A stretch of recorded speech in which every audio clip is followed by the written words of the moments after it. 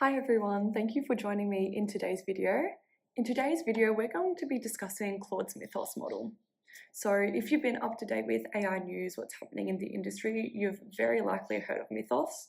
Might have sparked a bit of fear. It's actually got the industry quite concerned because Mythos, Anthropic's newest model, is really good at detecting vulnerabilities, critical vulnerabilities, zero-day vulnerabilities in systems and OS systems. But with that comes the ability to be able to exploit those vulnerabilities in really sophisticated attack methods such as chaining, where you've got different vulnerabilities that can link together to create a critical vulnerability. So Mythos, quite a powerful model. It should be noted that the most powerful Anthropic model available to market at the moment is Opus. Opus is really good for coding, reasoning, quite powerful, quite token expensive. So Mythos is the next model that is going to supersede Opus in performance, reasoning, actually quite to a significant scale. So it's not just an extension of Opus. It should be noted it is a model in its own class and it's quite powerful in that respect. So powerful, in fact, that they're running what they call Project Glasswing, which is only a select number of partners, really large vendors such as Microsoft, Google, people in the cybersecurity space. They have access to Mythos, and they've got access to Mythos with it locked down. So it's got guardrails applied across Mythos to inhibit any of its dangerous or destructive capabilities, especially in regards to exploiting those vulnerabilities. But yes, they've decided to do a really slow released cadence, have only select few people that they trust with it for early access so they can test it themselves and ensure it is going to be safe for the market's consumption. So why is Mythos really scary? What makes it different than what Opus is doing? So Mythos, it's really specifically trained for coding, reasoning, and agentic-based tasks. So it's got the autonomy to do things itself, perform end-to-end, really large, complex workflows. With that, in its training, it has not been specifically trained to be better at code. This was just a downstream impact from the improvements made upon Opus. So as you know, if you've played around with Opus, the jump from Opus 4 to Opus 4.5, which was released over the Christmas break, and even Opus 6, which is out now to use, has been quite significant. People have said the upgrade to Opus from 4 to 4.6 has really cracked Anthropic and Claude wide open into the market, especially with it being implemented through Claude, because there is so many more use cases and it really is so much more powerful to use. So with that, the way that they're training and improving those models, they didn't consciously go in and say, great, we're going to train Mythos, we're going to really make it specific and strong in coding. This was just a downstream impact of what they were already doing with Opus. So with that, Mythos has the really advanced capabilities to do vulnerability detection, but hand in hand with that, it means vulnerability exploitation. So talking about the system card for Mythos, the system card being the technical disclosure document that is provided for these models. So it emphasizes what the model can do, what its risks are, any safeguards applied across it. The emphasis for Mythos, the unblunted version, so the version the partners don't have as part of Project Glasswing, really highlights the offensive capabilities, offensive cybersecurity capabilities of Mythos and how it can be used by malicious actors to exploit vulnerabilities and perform malicious attacks, which is of course quite a concern, not something we want released out to market. With that, their system card did emphasize that Mythos is their most aligned model. When we're discussing alignment with these models, alignment is what the developers have intended for this model to be able to do versus how it is able to execute. So I guess when we talk about those safeguards, obviously models don't want to respond to prompt injection. They don't want to respond to something that is malicious, maybe discussing bombs or suicide or anything of that nature. They try to add safeguards inbuilt into the model themselves so that you're not getting responses around that. As we know, there's always ways to work around prompt injection attacks, jailbreaking attacks as well, but in terms of pure alignment, they've said that Mythos is their most aligned model, which is really interesting when you hear about all of its cybersecurity risks. But with that, they've given the following disclosure. So Claude Mythos Preview is, on essentially every dimension we can measure, the best aligned model that we have released to date by a significant margin. Even so, we believe it likely poses the greatest alignment-related risk of any model we have released to date. So whilst it is the most aligned, they're saying it poses the greatest risk. So it's a bit paradoxical in that sense. The analogy that they use to address this is that think of a really highly skilled mountain guide. So they can put their clients in danger more than a novice can. This is not because they're necessarily more careless, they're way more experienced, but because they travel into more dangerous terrain. And with that, the risks inherently become higher. Very similar with Mythos. Mythos plays into more dangerous terrain. It has got more capability. So whilst it is the most aligned, it still is playing in a riskier territory, which is something really interesting to note.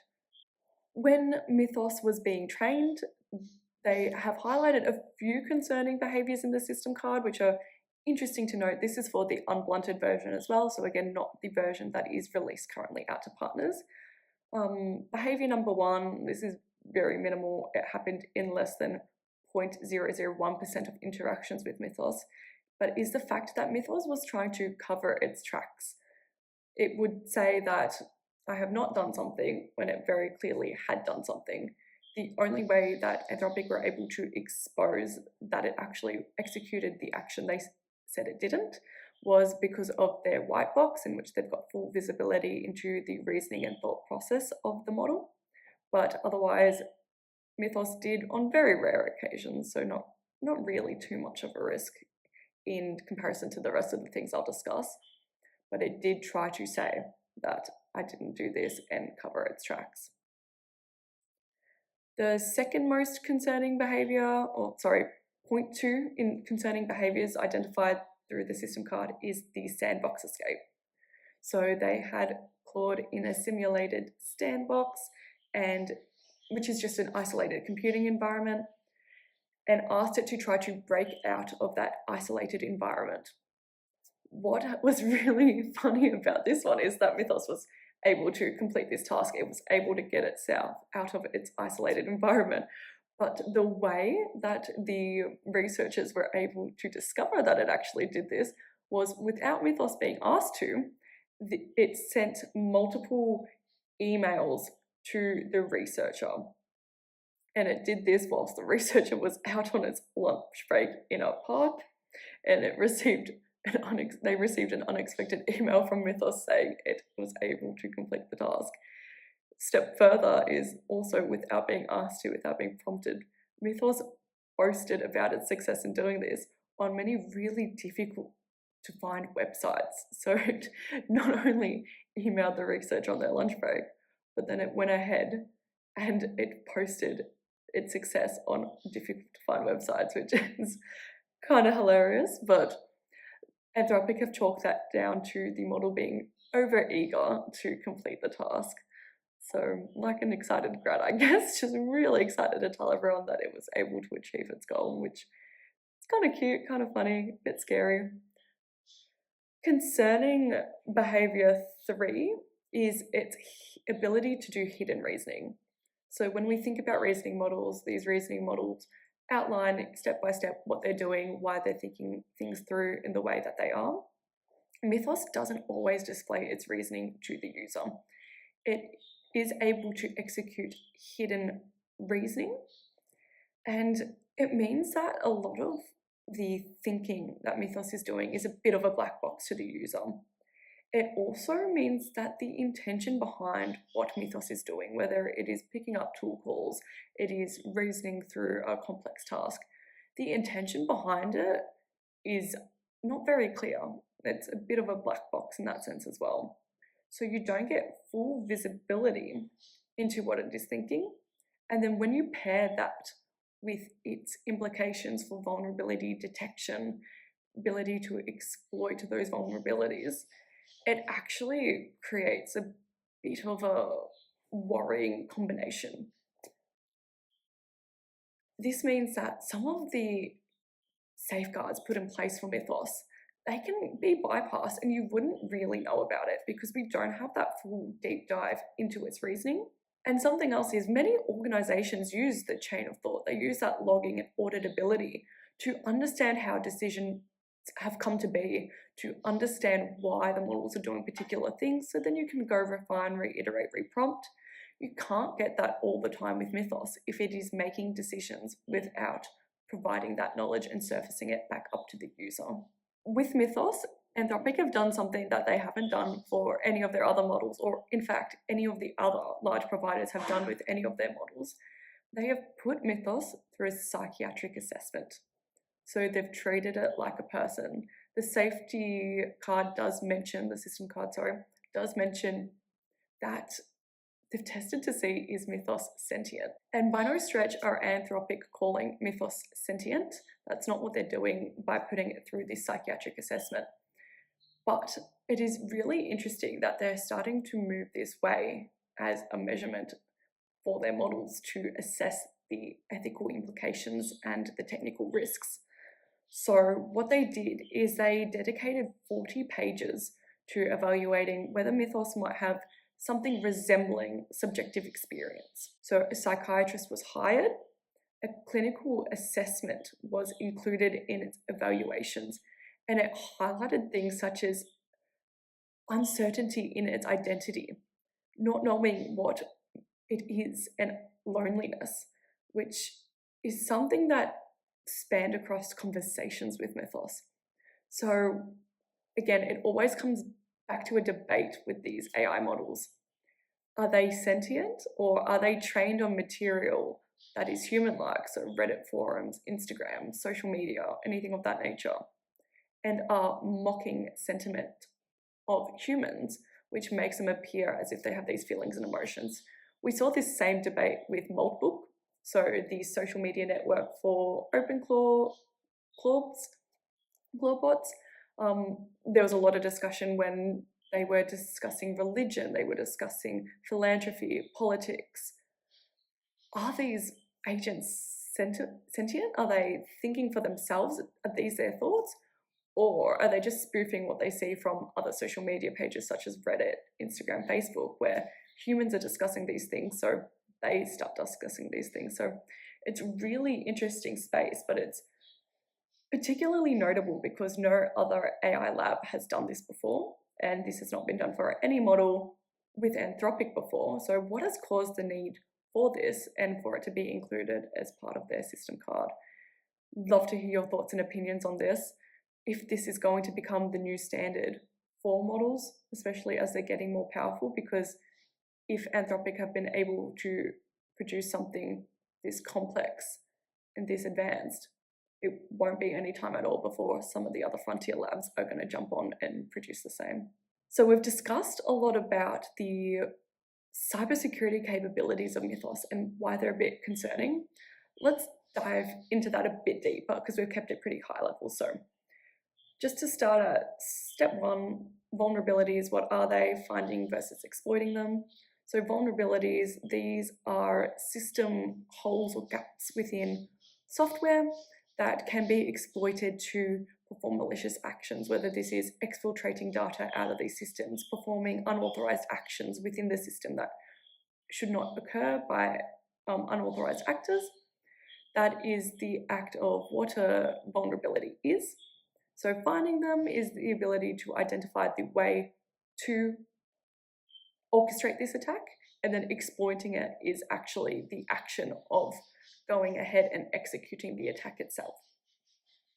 I'll also refer to zero-day vulnerabilities within this discussion, a zero-day being a really critical vulnerability that exists in the software right now. It's called a zero-day because you have 0 days to patch it, because it is critical, because it's already there. So I will discuss that in reference to the vulnerabilities I'm discussing now. But in terms of what Mythos has been able to do regarding vulnerabilities is, as Mythos has been designed to be extremely autonomous, the risk with this becomes that you've got an agent which is able to identify vulnerabilities. So number one, spot where they are in the code. And this has been done for code that is really legacy and that has been considered to be unbreakable. So for example, Mythos was able to discover 271 vulnerabilities within Firefox. So Firefox being a really common browser that most people use, it was able to identify 271 vulnerabilities. This was released and confirmed by Mozilla themselves.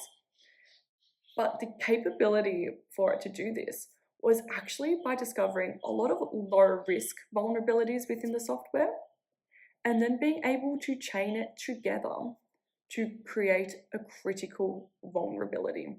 So the concept of chaining comes in the fact that you can identify one gap that can lead to another, that can lead to another, that creates a chain.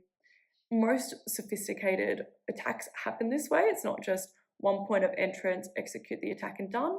It's actually just moving laterally through systems and chaining together different vulnerabilities so that they're able to achieve a malicious action. When we think about it with AI, we like to think about this lethal trifecta.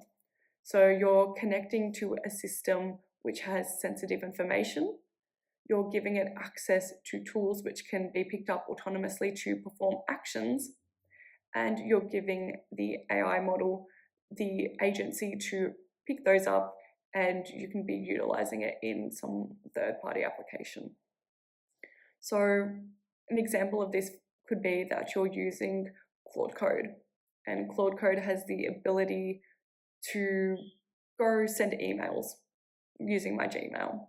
Claude Code also has information that it is using as part of a data source, which is really highly confidential and sensitive information relating to me.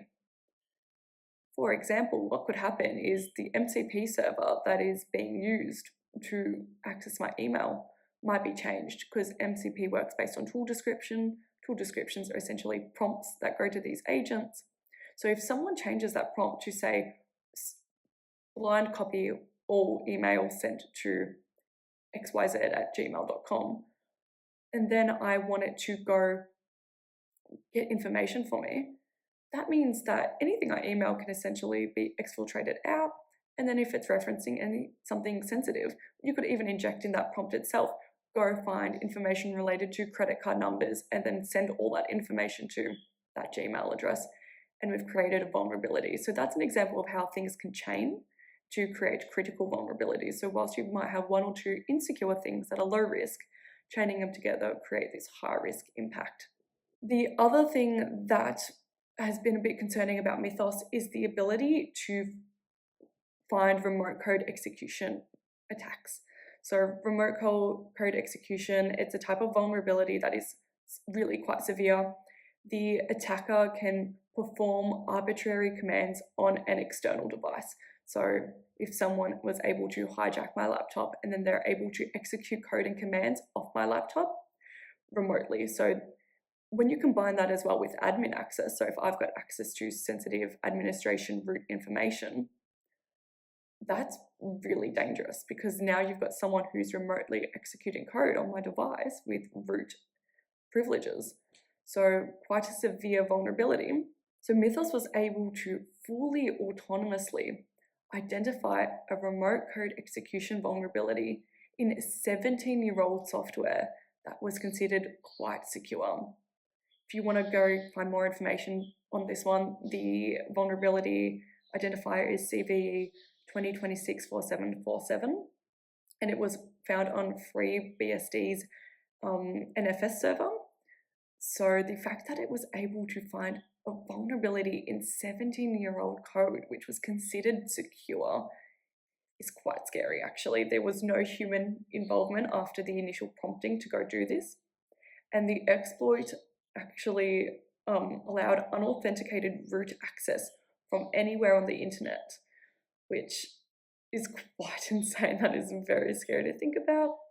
And this bug has survived 17 years of human-approved, automated security tests, and yeah, it was able to find it fully autonomously, which is quite scary, quite impressive. The other thing to note is that Mythos is able to find these vulnerabilities on open source code, which is quite simple. That's code that is made publicly available, so you've got it there. It's really easy to scan through, identify any bugs, identify any vulnerabilities. But it is able to do this also on closed source data. And why this is important is because closed source code, it's not publicly available to the internet, it's proprietary, it's put behind security. So for example, let's think about the Windows, iOS, enterprise softwares. That code's not publicly available, it's proprietary to them. But Mythos was still able to identify vulnerabilities within those platforms as well. So it's not just open source code that it's finding vulnerabilities in, which is far easier. It is actually able to do it for closed source code as well. So when we think about that, we're thinking, shit, should this be available to people to be able to use? And this is where Project Glasswing becomes quite interesting. So as we mentioned, Anthropic haven't given this to the market yet. They've released a preview version to select partners. I think Microsoft, Google are there, cybersecurity vendors, and they've given them the preview early access, but with strong guardrails and safeguards applied across Mythos. So it's not the full unblunted version. It is definitely a secure version. Researchers found that there's been 0 alignment issues with the safeguarded version, so it is quite secure for these partners to be using and playing around with, which is great. But this is their process into testing Mythos, getting it out into market, because again, it is still early access, so they're relying on these partners to provide feedback, provide any cause for concern, any other additional safeguards they might need to implement for Mythos. So this was officially announced on April 7th this year, alongside their 244-page system guide, as we discussed. This announcement itself was really accelerated because of that leak that I mentioned. They had some of their assets leaked inadvertently. This was in March, and there was a lot alluding to Capybara, which caused a lot of online speculation, sent the AI world into a frenzy, and then this announcement has come off the back of that. So what Anthropic are doing is they're moving away from the benchmarks, which I'll actually discuss some of the benchmarking for Mythos a bit later to really show how impressive it is. But they're trying to shift away from just testing based off benchmarks into real-world security tasks. So that's what they're getting these partners to do for them. And it's already been announced in the weeks since this partnership was released that Mythos has been able to identify thousands of 0-day vulnerabilities across every major OS and browser. So these partners are using Mythos to test and identify these vulnerabilities, and then you would hope then go patch these vulnerabilities. There's a broader discussion around, and I guess for more small to medium businesses, that okay, it's vulnerability discovery, fantastic, awesome. But what do we do when we've got tens of thousands of vulnerabilities identified in our code and we don't have the capacity to go ahead and patch and remediate? That's a whole nother discussion and rabbit hole we could go down, but that's definitely going to be something that's interesting in the market and we should keep an eye on, because again, it's becoming really easy to identify, which is fantastic. We all want that discovery, we all want that coverage, but then how do we go ahead and remediate if we don't have the capacity? Is it on these AI systems to go ahead and remediate? What does that look like? But yes, it is super interesting that Anthropic has a model that has got so much hype and speculation. They could make some great money off this model, but they've deliberately taken the more cautious, secure approach before releasing it, which is quite exciting to see. Of course, Anthropic places themselves as the ethical provider for these AI models. We've seen this over the US government contract negotiations for using Anthropic models for automated weaponry and self-defense. They were not willing to abide by the rules of the US government's contract, do not feel comfortable with it, and has ended their partnership there. So it really is showing, though, the market is shifting, and whilst Anthropic have been very good to take this stance, I think this is quite a great deliberate approach. Will all providers be taking this approach? What happens once Mythos is released and then the next latest and greatest comes along? What happens next? But talking about the benchmarks for Mythos, I'm sure after all of this discussion, it comes as no surprise that it did quite well, especially in comparison to Opus, which I think for a lot of us in the tech space has become the golden standard at the moment. Really quite a powerful model, fantastic to use. I use it quite a lot personally, especially through the Claude Code IDE. But how much better is then Mythos in comparison to Opus, which Opus really has revolutionized the way people are considering AI, especially over the Christmas break when people had more time to play around with AI with the reduced capacity around the holiday season. It's really seen a large intake and people are like, oh wow, we should take this AI thing seriously now. So on the SWE Bench Pro, so the SWE benchmark being the way that we test coding and coding standards. So Mythos scored a 77.8% as opposed to Opus 4.7, which scored a 64.3, and a GPT 5.4, which scored 57.7. So really quite a significant jump up. That is quite exciting. It does most reflect the enterprise engineering capabilities of Mythos. It's scary if you're in the tech space like I am, considering what does this mean for developers. We've already seen the role of developer almost get changed up or accelerated with Opus. So when we've got Mythos who is ranking quite significantly higher in the benchmarks, what does that mean? It'll be interesting to see.